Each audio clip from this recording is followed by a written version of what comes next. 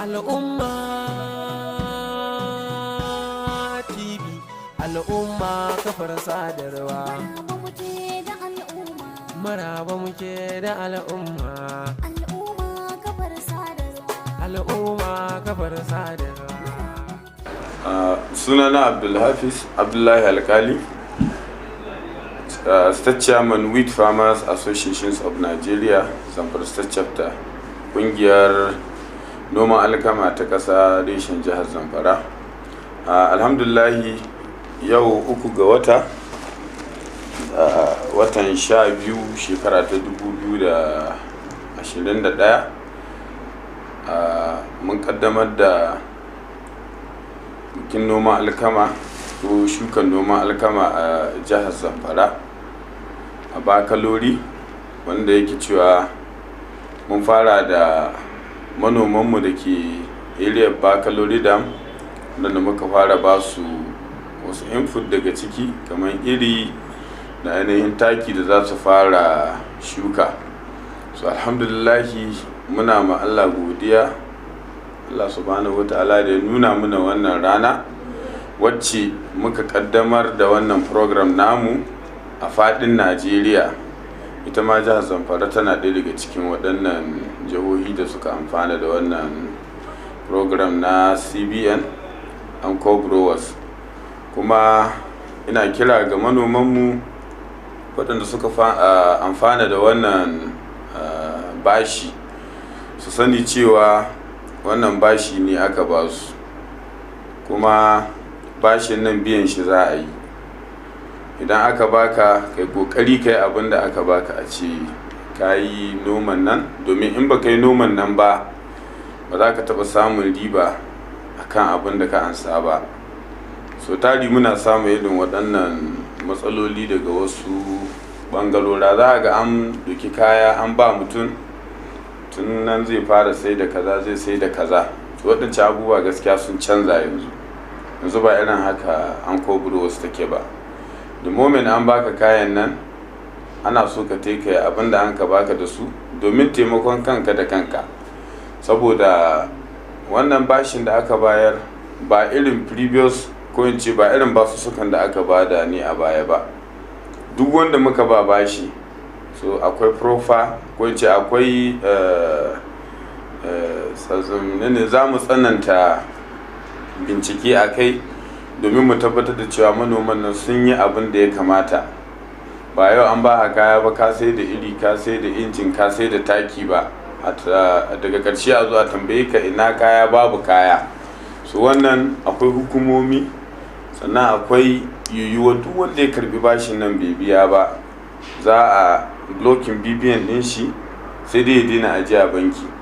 Akwai wata ranar da nake gani ana hira da director na CBN Yusuf Yila, yana faɗin cewa ka bar tunanin cewa ka anshi bashin CBN wai ka anshi kamar banza ko grant ko wani abu. Bashin nan hukumin daɗewa sai ka biya shi. Sannan idan yanzu baka biya bashin nan ba, misali ka tara chances naka na gobe kuma ka tare na wani. Misali babu wanda zai ɗauko program misali a Najeriya yau a zo a ce za a baka. Yanzu a jihar Zamfara da muka wannan program din za ka isko an yi ma akwai abin da muke cewa KYC, know your customer. An ɗauki information na mutum 1000, za ka isko cewa cikin mutum 1000 bai shi mutum 150 waɗanda kawai ba a bin su bashi ba, amma kusan mutum 800 da wani abu duka ana bin su bashi, wanda da sunansu ya ta CBN za a ga sun cire sunan, kwamfuta ta cire ta ce lalle ana bin shi bashi. Tsada ya an shi bashin shinkafa ne ko na masara ko na auduga, ko ya karbi na COVID-19 bai biya ba, da dai sauran wasu basussuka da filalle a gamen keke ba da tudu Central Bank of Nigeria. So muna kira ga manomanmu na alkama da su zama masu bin doka da oda a wurin biyan bashi, domin biyan bashin nan fa shi zai sa gobe a kara maka. Kuma biyan bashin nan ibada ne gare ka, wanda yake cewa ka taimaki kanka tun a nan duniya. Mu daina ganin cewa wai kuɗi ne na central bank ko kuɗi ne na gwamnati, a'a ba za a biya ba, menene mun riga mun ci manza da sauransu. So al'amuran nan ba haka suke ba. Dole duk wanda ya karbi bashin nan ya tabbatar da cewa ya biya, domin gobe ka samu. Idan gobe aka zo aka ce ba za a baka ba, za ka kamar ba ya kyauta maka ba, ko baka ji daɗi ba, ko wani abu da makamancin su irin ta wannan. So da Allah muna kira musamman ga manomanmu da ke waɗannan axis, Bakura, Maradun, Talatan Mafara da Gumi. In fact akwai wasu mutane daga Gusau su ma waɗanda sun amfana daga cikin wannan bashi da CBN za ta bayar.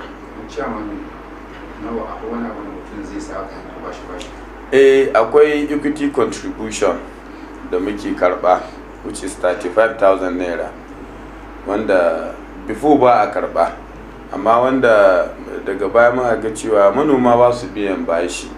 So wannan equity contribution din akalla yana taimaka mana mu dan ƙara rarrage wani abu, wanda idan aka zo wurin recovery akalla akwai wani abu a hannunka.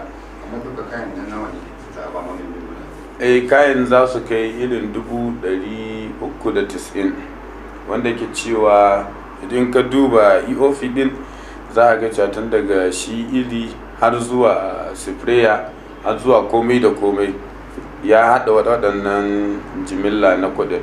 Kuma wani abun da ke cikin ita wannan alkama ne, yanzu alkama ya sai cash crop, wanda yake gwamnatin Najeriya ta ma bani shigowa da ita alkama din. So akalla a yau last year da muka fara sayan ta za ga ana iya sayan ta buhu naira 30,000. So ina mai tabbatar maka cewa idan Allah ya kai mu baɗi, ko in ce cikin wata 4 nan muka harvestin wannan ita alkama din, za ga buhunta muna iya sai da shi kusan naira 60,000 ko 70. Muna son manomi ya biya mu ta grants ne, bi ma'ana ta abin da ya noma muke so. In yau tana farashin naira 50,000 za mu sai ta akan naira 50,000, in tana 60,000 za mu saya ta akan 60,000 din. Insha Allah nan da watan 3 da za mu shiga sabon shekara 2022, bai zan laye ta'ala mun san lokacin duk mun cire alkamar da muka sa. Shi kuma manomi akalla idan ya noma, idan ya samu wannan iri din namu da aka kawo, iri ne mai kyau, za a ga cewa ga hectare ga yadda muka samu abin nan ɗinta kana iya samun 5 to 6 to 7 tons. So akalla kaga nawa za ka biya bashi, akalla ribar taka ce, akalla bashin da aka baka ribar da za ka samu sai ka samu fiye da naira miliyan 1 a cikin ribar da za ka samu in ka sai da kayan. Dan a ce yau an baka kayan nan baka kai noma ba, gobe mu zo mu haɗa ka da hukuma wanda yake cewa dole sai ka biya mu.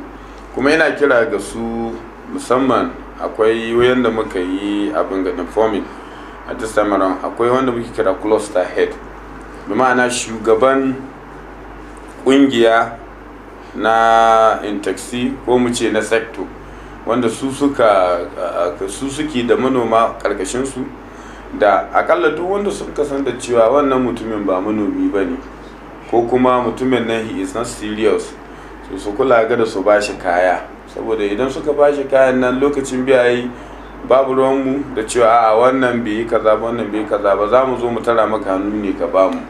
Da fatar Allah ya tsare mu, ya kare mu, ya sa mu yi wannan program lami lafiya, mu kare shi lafiya. Shi kamar shi equity contribution din nan na 35,000 ana biya ne a Heritage Bank. So Heritage Bank kuma ba kowace local government ke da shi ba a Zamfara, a Gusau ne kawai, saboda su ne PFI, Financial Participant Financial Institute namu. So duk wanda zai biya a can ne yake zuwa ya biya wannan equity contribution din. Lafiya mu kare shi lafiya. Kuma muna godiya da hukumar CBN da shi General Muhammadu Buhari da suka ga ya dace a taimaka ma musamman mutanen Najeriya, musamman mutanen jihar Zamfara, da irin wannan tallafi na noma, wanda za ka yi noma ka samu alheri ka biya, domin idan babu noman nan babu ci gaba. kuma shi noma arziki ne. In kai noman nan bi iznillahi ta'ala za ka samu arzikin da baka yi tunanin za ka samu ba a rayuwarka. So alhamdulillahi muna godiya da gwamnatin jihar Zamfara ita kanta, musamman shi Dr. Bello Muhammad Matawalle da kuma Federal Ministry of Agriculture, State Ministry of Agriculture da sauransu waɗanda suka ba mu goyon baya har muka kawo irin wannan lokaci. Da fatar Allah ya ba mu tsaro a Najeriya da jihar mu ta Zamfara da dukkan wasu jihohi da suke fama da irin wannan tashin hankali. Allah ya kawo mana tsaro mai dana albarka. Wassalamu alaikum. An yi shiri a domin ku.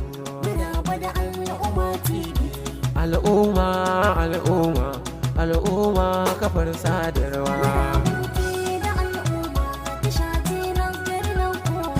Al'umma TV. Al'umma kafar sadarwa. Al'umma TV. Nagari na kowa.